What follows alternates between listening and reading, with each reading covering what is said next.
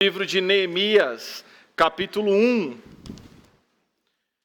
Neemias, capítulo 1. Eu convido você a ficar em pé para a leitura da palavra de Deus nessa noite. Neemias, capítulo 1.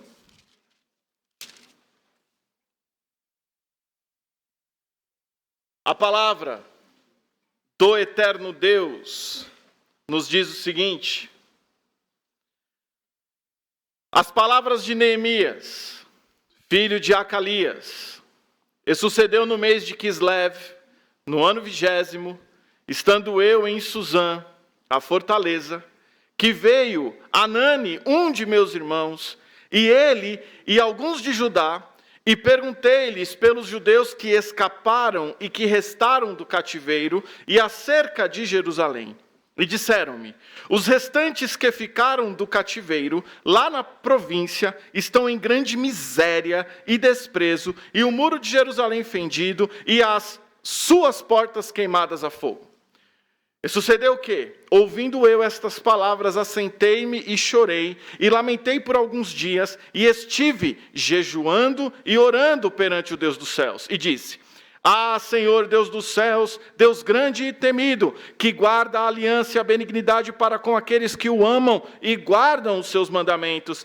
Estejam, pois, atentos os teus ouvidos e os teus olhos abertos, para ouvires a oração do teu servo, que eu hoje faço perante ti, dia e noite, pelos filhos de Israel, teus servos, e faço confissão pelos pecados dos filhos de Israel que temos cometido contra ti. Também eu e a casa de meu pai temos pecado. De todo nos corrompemos contra ti, e não guardamos os mandamentos, nem os estatutos, nem os juízos que ordenaste a Moisés teu servo. Lembra-te, pois, da palavra que ordenaste a Moisés teu servo, dizendo: vós transgredireis, e eu vos espalharei entre os povos. E vós vos convertereis a mim, e guardareis os meus mandamentos, e os cumprireis. Então, ainda que os vossos rejeitados estejam na extremidade do céu, de lá os ajuntarei, e os trarei ao lugar que tenho escolhido, para ali fazer habitar o meu nome. Eles são teus servos e o teu povo, que resgataste com a tua grande força e com a tua mão. Ah, Senhor, estejam, pois, atentos os teus ouvidos à oração do teu servo e à oração dos teus servos que desejam temer o teu nome, e faze prosperar hoje o teu servo e dá-lhe graça perante este homem. Então era eu copeiro do rei.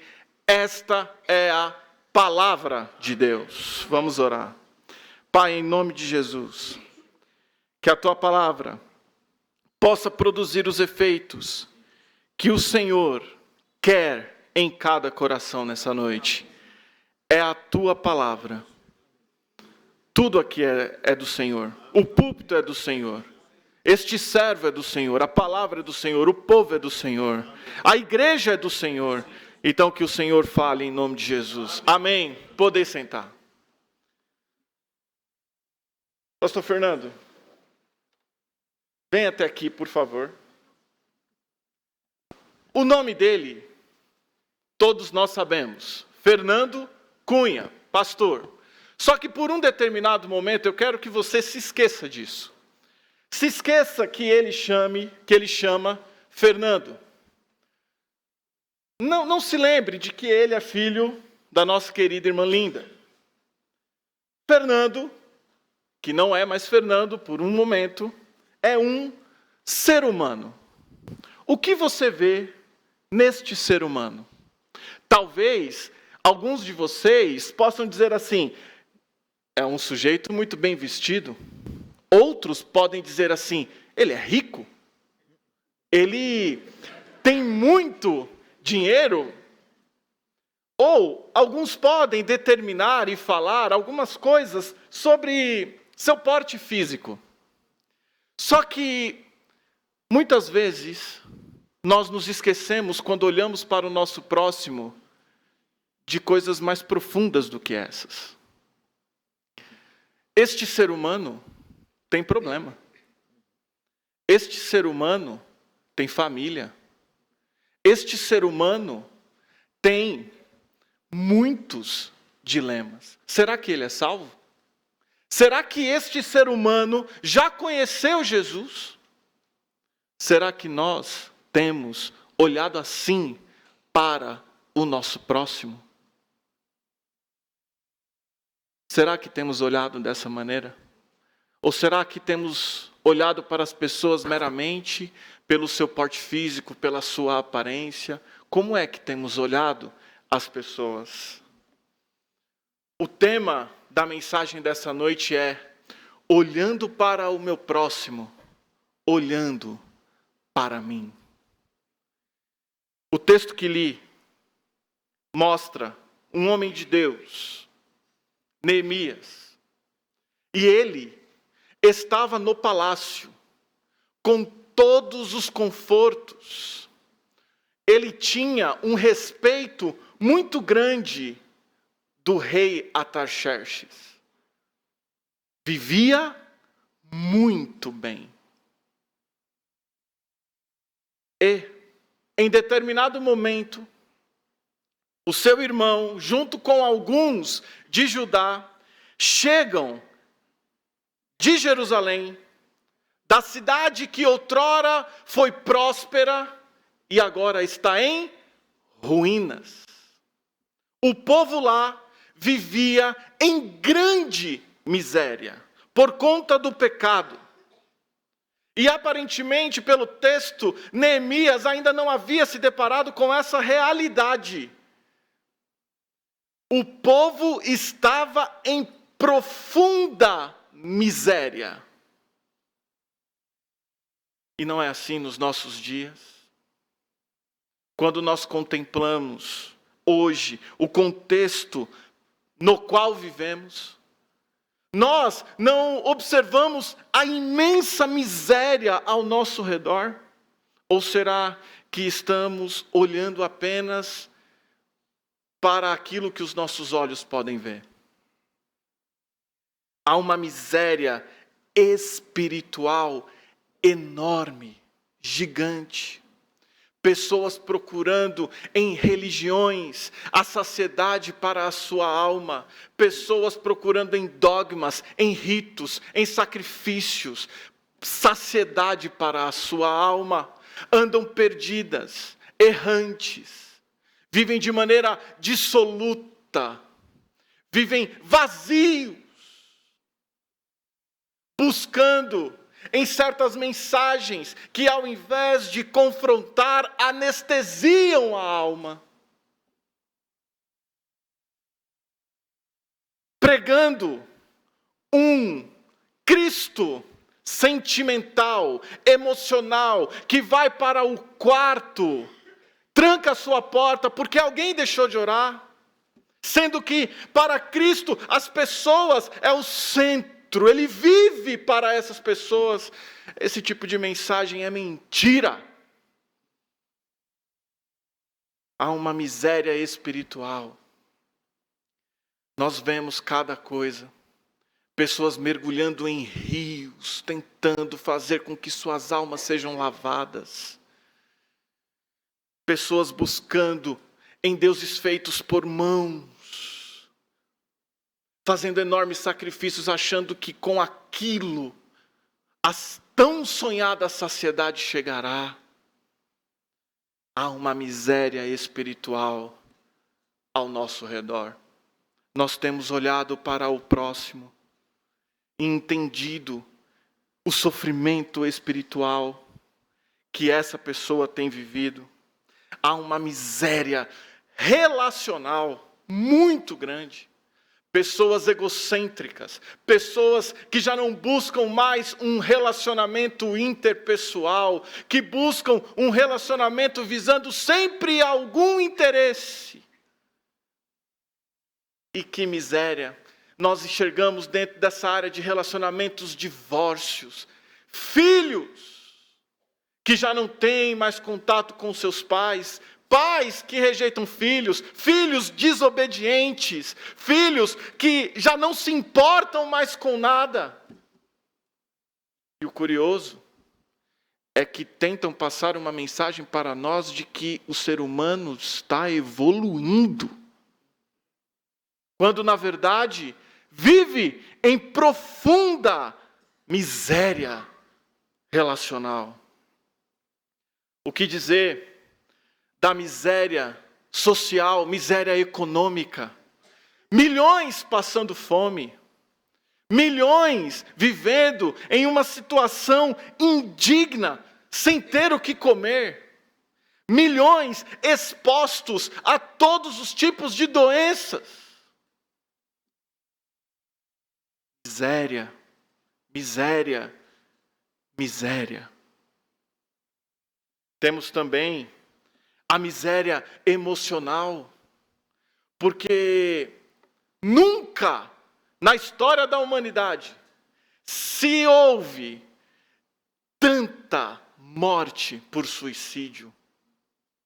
Pessoas se matando, pessoas com crises de ansiedade, pessoas que idealizaram a sua felicidade em coisas que este mundo não pode dar, e de repente se frustraram e a partir disso desenvolveram uma série de transtornos emocionais.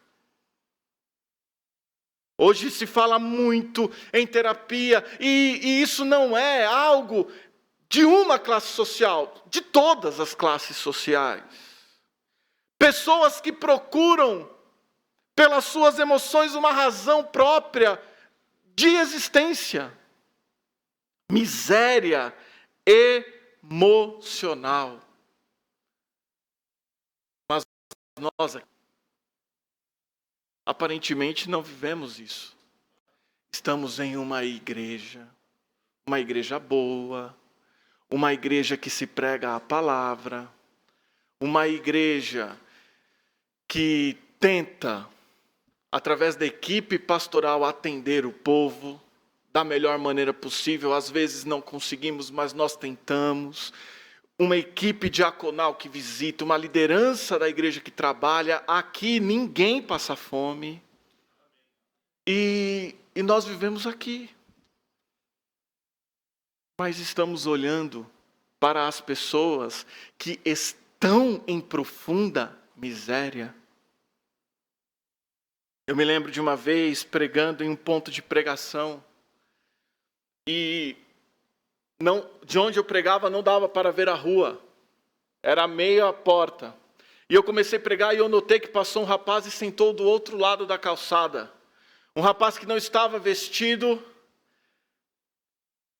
estava maltrapilho, com roupas rasgadas, pelo que me lembro, e aquele rapaz sentou lá no fundo, e eu percebi que ele sentou, e aí eu já não pregava mais no púlpito, eu pregava do lado de cá, e comecei a falar, e fiz o convite, e ele levantou a mão do outro lado da calçada, chegou, confessou Jesus, e o Senhor mudou a vida daquele rapaz completamente. Por quê?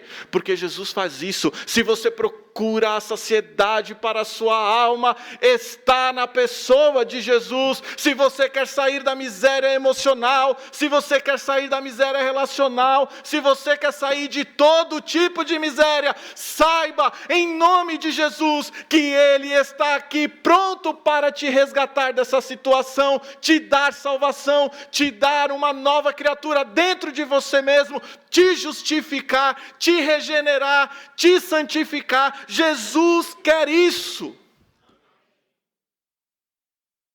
Tem gente que professa a fé em Jesus e também vive em miséria.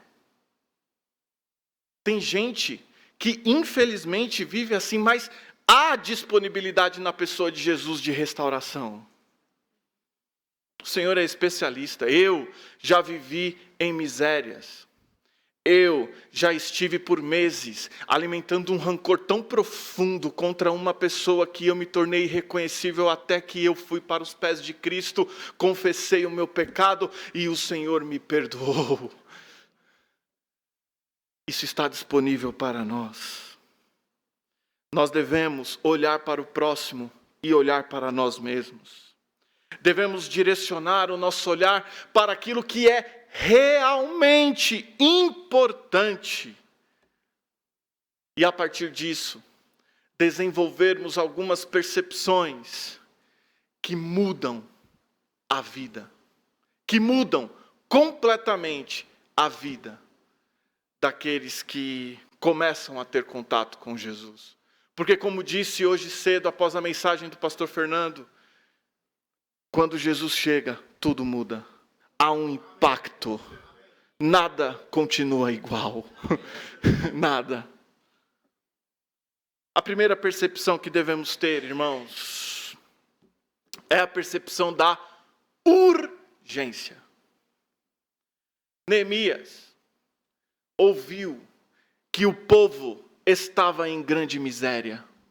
Neemias ouviu de uma necessidade urgente. E ele não passou de ombros. Ele não ignorou. Ele começou a agir imediatamente. E o texto vai dizer exatamente o que ele fez. Ele pegou e começou a orar. Ele foi para o Senhor chorar e orar. E isso é uma atitude de alguém que entende que as coisas estão para ontem, quando o assunto é resolução de miséria. Se você está aqui e não conhece Jesus Cristo como Senhor de sua vida, é urgentíssima a necessidade que você tem de confessar Jesus como Senhor hoje. Pense nisso, em nome de Jesus. Essa percepção de urgência está em falta nos nossos dias hoje, porque nós estamos ligados a tantas coisas, nós estamos ligados a tantas atividades, nós estamos ligados a tantas coisas que não farão diferença nenhuma na eternidade, que nós nem pensamos nas pessoas, nós nem enxergamos mais as pessoas. E todos nós. Às vezes você entra num Uber e o motorista está passando por uma coisa terrível e você tem Jesus para apresentar. Hoje em dia, tudo é motivo para briga, para discussões, e são horas desperdiçadas com isso. Tudo o que somos e sabemos devem estar investidos na glória de Deus e no seu amor. Tudo. Mas hoje, esse senso de urgência tem se perdido. Quantas vezes nós não falamos, mas isso que eu faço, não prejudico ninguém, eu faço mesmo. Mas e o que Cristo está achando disso? E o que Cristo está pensando sobre isso? E o que Cristo está pensando sobre a nossa, muitas vezes, omissão de falar do amor dele para os perdidos, para aqueles que tanto precisam? E o que Cristo está achando sobre as nossas opiniões que damos sobre as pessoas? O que Cristo está achando disso? Nós precisamos pensar. Talvez você esteja aqui nessa noite e pense assim, eu saí da minha casa para ouvir uma palavra como essa. Deixa eu dizer, é a melhor palavra que você poderia ouvir hoje. Sabe por quê? Porque foi Cristo que mandou eu dizer ela. Tudo o que somos, tudo o que sabemos, tudo deve cumprir 2 propósitos. A edificação do povo de Deus e a evangelização dos perdidos. Tudo. Absolutamente tudo. A obra é urgente. Nós precisamos dia a dia nos edificarmos em torno da palavra de Deus, em torno da oração, em torno da comunhão. E por quem fazemos isso? Por Jesus. É urgente, irmãos. As pessoas estão morrendo. E eu quero que você pense nesse momento em uma coisa. Imagine se a pessoa que você mais ama, marido ou esposa, filho, filha, uma pessoa que você ama muito, está em uma areia movediça, está afundando, você está vendo, e você sabe que aquela pessoa tem 10 minutos de vida, aquela pessoa que você ama, tem 10 minutos de vida. O que você vai fazer? O que eu faria?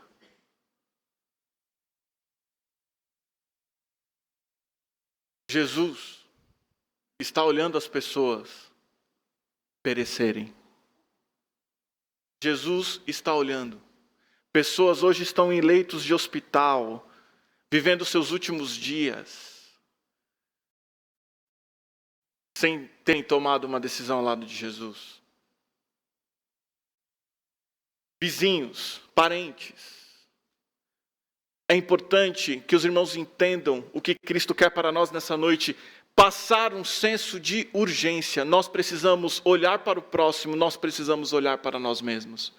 E buscar uma edificação, uma vida com Deus, a fim de que apresentemos Jesus para essas pessoas.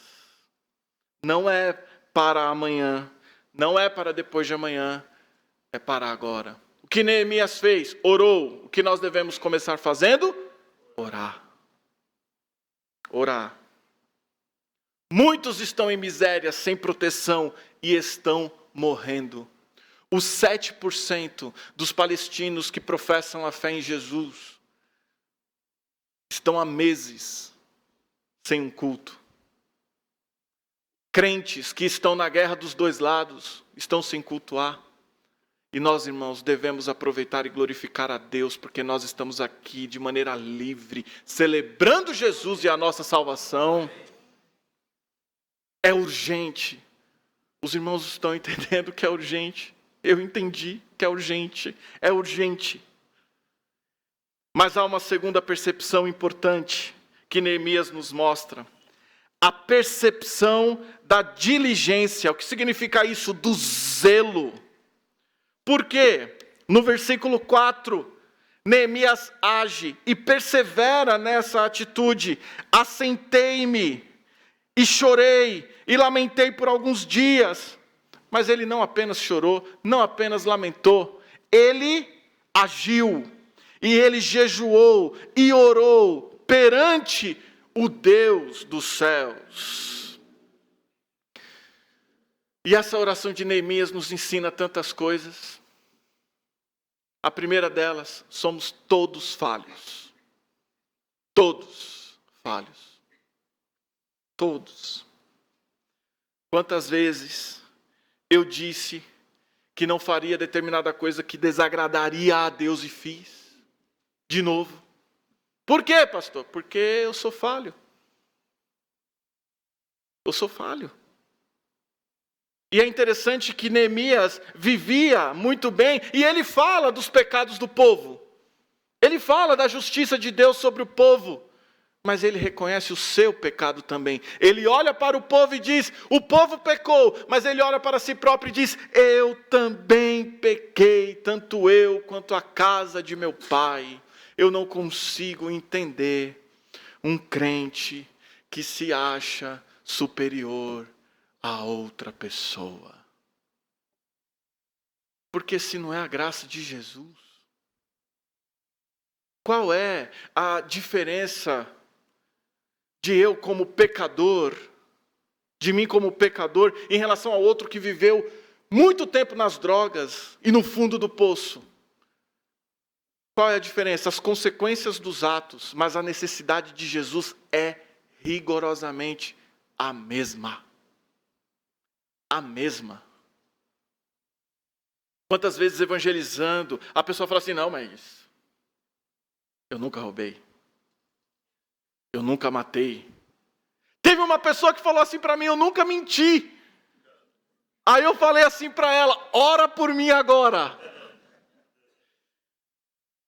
Mas todos nós roubamos um dia, pelo menos. Sabe por quê? Quem mente rouba a verdade de alguém. Mas aí veio a graça do Senhor. E essa graça do Senhor não é liberdade para pecar ou para fazer as coisas que são erradas, conforme Paulo vai nos dizer lá em Romanos capítulo 6. Mas a graça é para nós desfrutarmos de uma vida de zelo, de oração. É para nós desfrutarmos dessa comunhão maravilhosa. É para nós desfrutarmos de uma vida espiritual maravilhosa. Porque Deus não deixou de ser Deus. Continua o Todo-Poderoso. E nós precisamos de suas misericórdias. E precisamos clamar de todo o nosso coração. E eu estou falando de humilhação mesmo. Nós devemos nos humilhar o tempo todo. Aconteceu uma situação semana retrasada que me fez ficar prostrado diante do Senhor, pedindo graça e pedindo iluminação. Senhor, o que eu vou fazer diante disso? Eu preciso que o Senhor me responda. O que eu vou fazer diante disso? E eu não conseguia dormir. Fui deitar às 11 e foi meia-noite, 1 da manhã, 2, 3, lá para as 4 horas da manhã foi que eu consegui descansar um pouco, clamando a Deus por um direcionamento. Por quê? Porque eu sou fraco, todos nós somos. Por isso que a graça de Deus vem e essa graça deve nos impulsionar a uma vida zelosa diante do Senhor. Porque Neemias vai dizer aqui, temos procedido de todo corruptamente contra ti, não temos guardado os teus mandamentos e nem os teus estatutos. Deixa eu dizer uma coisa, sim, nós somos importantes porque Cristo nos importou para Ele mesmo. E isso nos fez importantes. O que eu quis dizer aqui? O que eu disse? Que nós fomos enxertados por Jesus no corpo. Mas nós não somos os únicos importantes. Todos os seres humanos são, porque a salvação está disponibilizada a todos. Todos. Por isso que eu devo orar. Por isso que eu devo clamar a Deus. Por isso eu tenho que ser zeloso com a minha vida espiritual. Quando nós vamos lá para Efésios capítulo 4, e nós começamos a ler ali os versículos 20, 21, 22, 23, 24, 25, nós vamos ver que há uma força muito grande querendo nos derrubar. E vem de diversas maneiras isso. De diversas maneiras. Há uma força muito grande. Por isso que o versículo 27 de Efésios 4 vai dizer: não deis lugar ao diabo. Não podemos. Devemos ser zelosos. Porque quando você é zeloso com a sua vida em oração, quando você é zeloso com a sua vida na palavra, quando você é zeloso com a sua vida na comunhão, Jesus vai refletir a sua glória através de você. Mas há uma terceira percepção aqui. E é a percepção da providência. Por quê? No capítulo 2, Neemias entra na presença do rei. E o que vai acontecer ali? O rei percebe que ele está triste. E pergunta: Neemias, o que é que você tem? A palavra de Deus fala: temi sobremaneiramente. Ele fica apavorado com aquela pergunta do rei.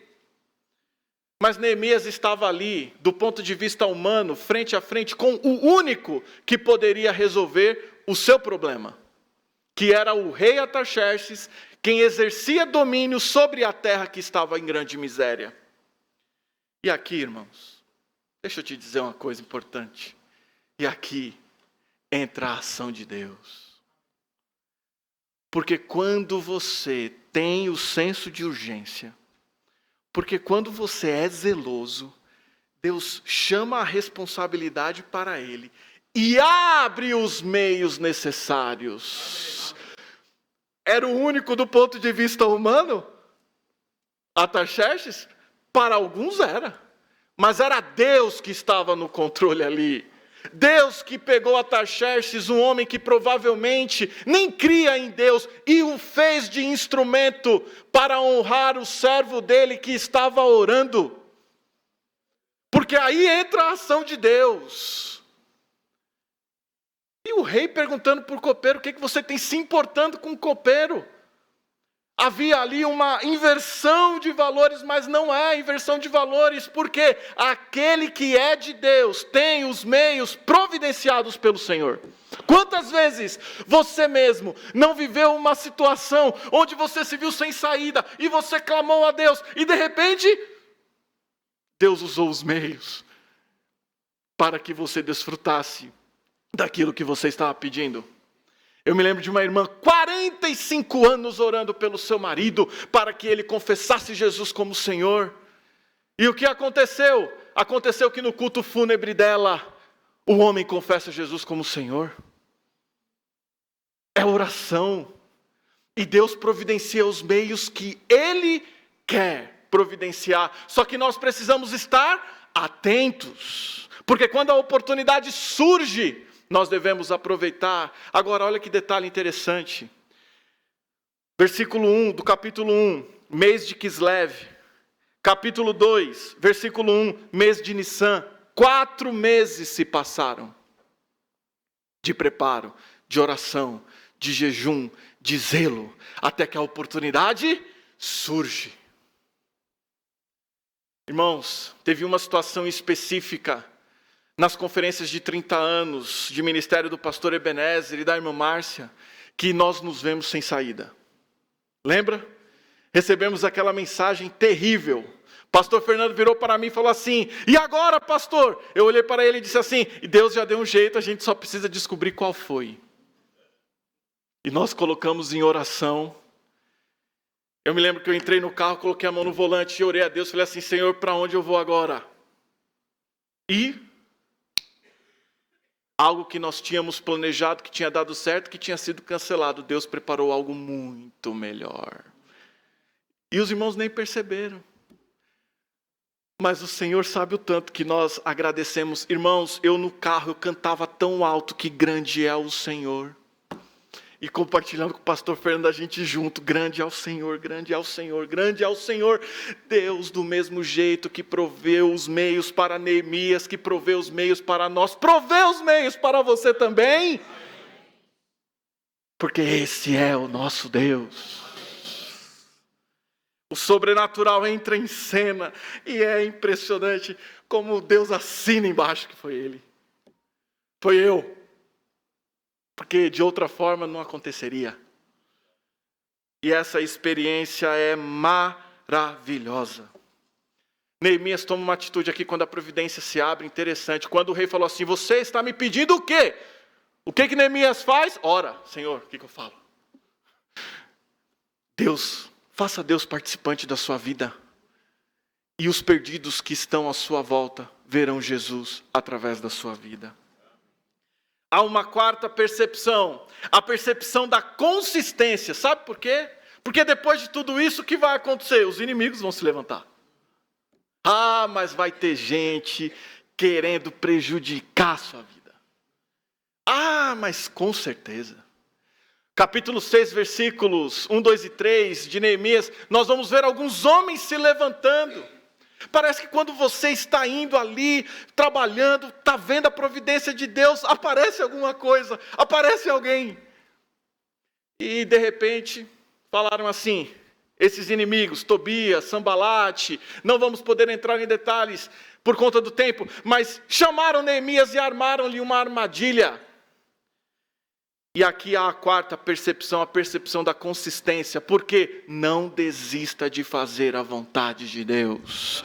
Não desista em nome de Jesus. Porque Neemias olha para aqueles homens e fala assim: por que eu vou deixar a obra aqui para atender vocês? Eu estou fazendo uma grande obra. Por que eu cessaria aqui de fazer essa grande obra? O foco de Neemias estava em um só. Em Cristo, no Senhor, no Deus que lhe deu uma missão e que ele estava cumprindo. É interessante porque Samuel vai falar a mesma coisa quando ele sai com a missão de ungir Davi rei e passam-se os filhos, todos os filhos de Jessé. E Samuel diz assim: não falta mais ninguém? Jessé fala assim: tem o mais novo que está lá no pasto. E o que Samuel diz? Nós não nos assentaremos à mesa até que ele venha. Ou seja, consistência, foco, objetivo. E quando a nossa vida está para agradar a Deus, inimigos vão se levantar, mas nós permaneceremos para a glória do Senhor. Pessoas vão armar armadilhas, mas nós permaneceremos para a glória do Senhor. E nós não nos assentaremos, não que um rei humano, até que um rei humano venha, mas nós não nos assentaremos até que o Rei dos Reis venha e arrebate-nos para Ele para sempre. Foco, propósito e objetivo. Em nome de Jesus, vamos manter nossos olhos no Senhor. E por último, nós enxergamos aqui a percepção da excelência. E aqui, nós vamos ler este texto e eu vou encerrar. 6,15. Acabou-se, pois, o muro, aos 25 do mês de Elu, em 52 dias, tempo recorde. 52 dias, mão de Deus, senso de urgência, senso de diligência, enxergando a providência, sendo e tendo consistência, a excelência vem. E no versículo 15, diz que em 52 dias, o muro estava construído. Só que olha que coisa interessante no versículo seguinte. E sucedeu que, ouvindo todos os nossos inimigos, todos os povos que havia em redor de nós temeram, e abateram-se muito a seus próprios olhos, porque reconheceram que o nosso Deus fizera esta obra. Lembrei do pastor Josué, dá vontade de pular.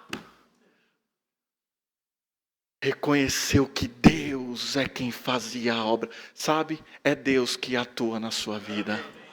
É o Senhor quem faz na sua vida. Então as pessoas vão olhar para você e vão reconhecer, não, tem alguma coisa diferente, tem alguma coisa nele diferente, tem alguma coisa nela diferente. Aparece essa luta e ela continua, aparece esse problema, aparecem pessoas que se levantam contra ela e ela continua. Não, só pode ser Deus.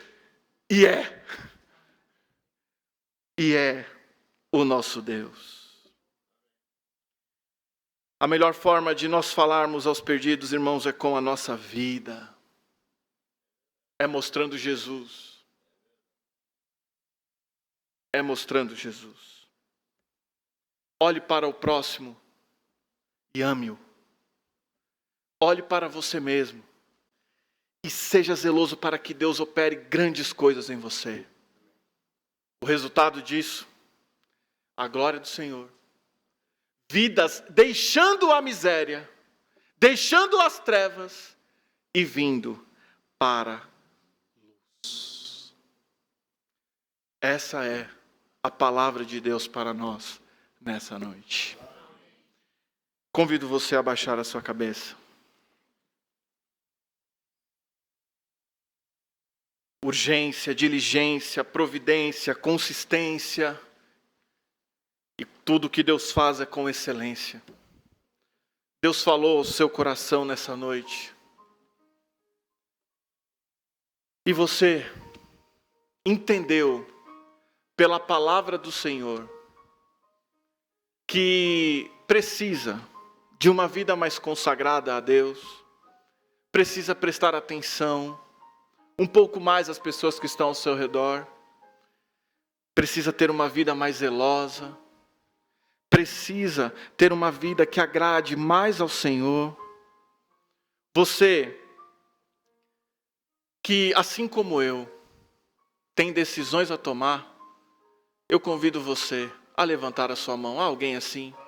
Amém, amém, amém, amém. Louvado seja Deus, amém. Muitas mãos, amém. Eu vi aqui quantas mãos. No coral, alguém assim? Amém, amém, amém, amém.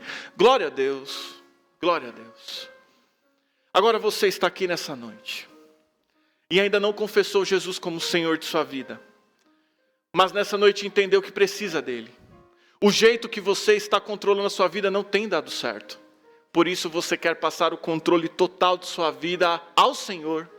Sabe o que vai acontecer? Você receberá Jesus como Salvador.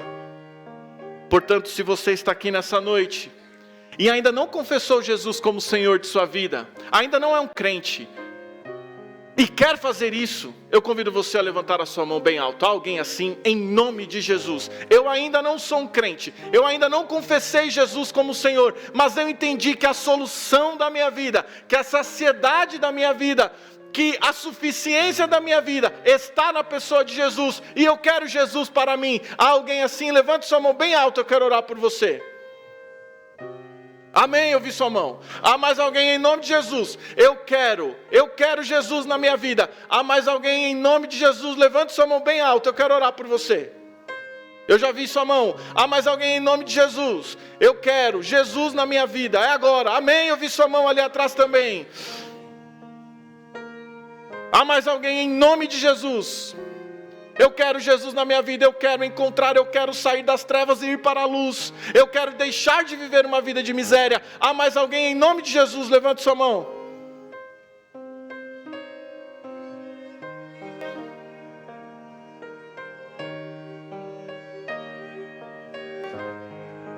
Vamos ficar em pé, vamos orar. Pai, em nome de Jesus, que aquilo, Senhor, que não foi dito, por mim o Teu Santo Espírito possa estar falando aos corações. Muitas mãos foram erguidas aos céus. 2 senhoras levantaram suas mãos dizendo que querem Jesus. E nós vamos convidar a todos, Pai, a chegarem até aqui o trono da graça do Senhor, com decisões a tomar. E essas 2 vidas, que confirmem, ó Pai, a entrega de suas vidas ao Senhor. Em nome de Jesus. Obrigado pela Tua palavra, ó Deus. E ó Pai, que saiamos daqui completamente diferentes, desafiados pela Tua palavra, porque tudo que somos, tudo que temos é do Senhor, e é para a Tua honra e para a Tua glória. E nós vamos cantar, Senhor. Talvez dúvidas estejam na mente de muitos, que essas dúvidas possam cair, ó Deus, debaixo de uma certeza única e clara, de que o Senhor nos ama, de que o Senhor nos dá a sua graça, de que o Senhor nos ajuda, de que o Senhor não nos abandona nem um só dia. Pai, em nome de Jesus, eu oro neste momento, em nome de Jesus, amém.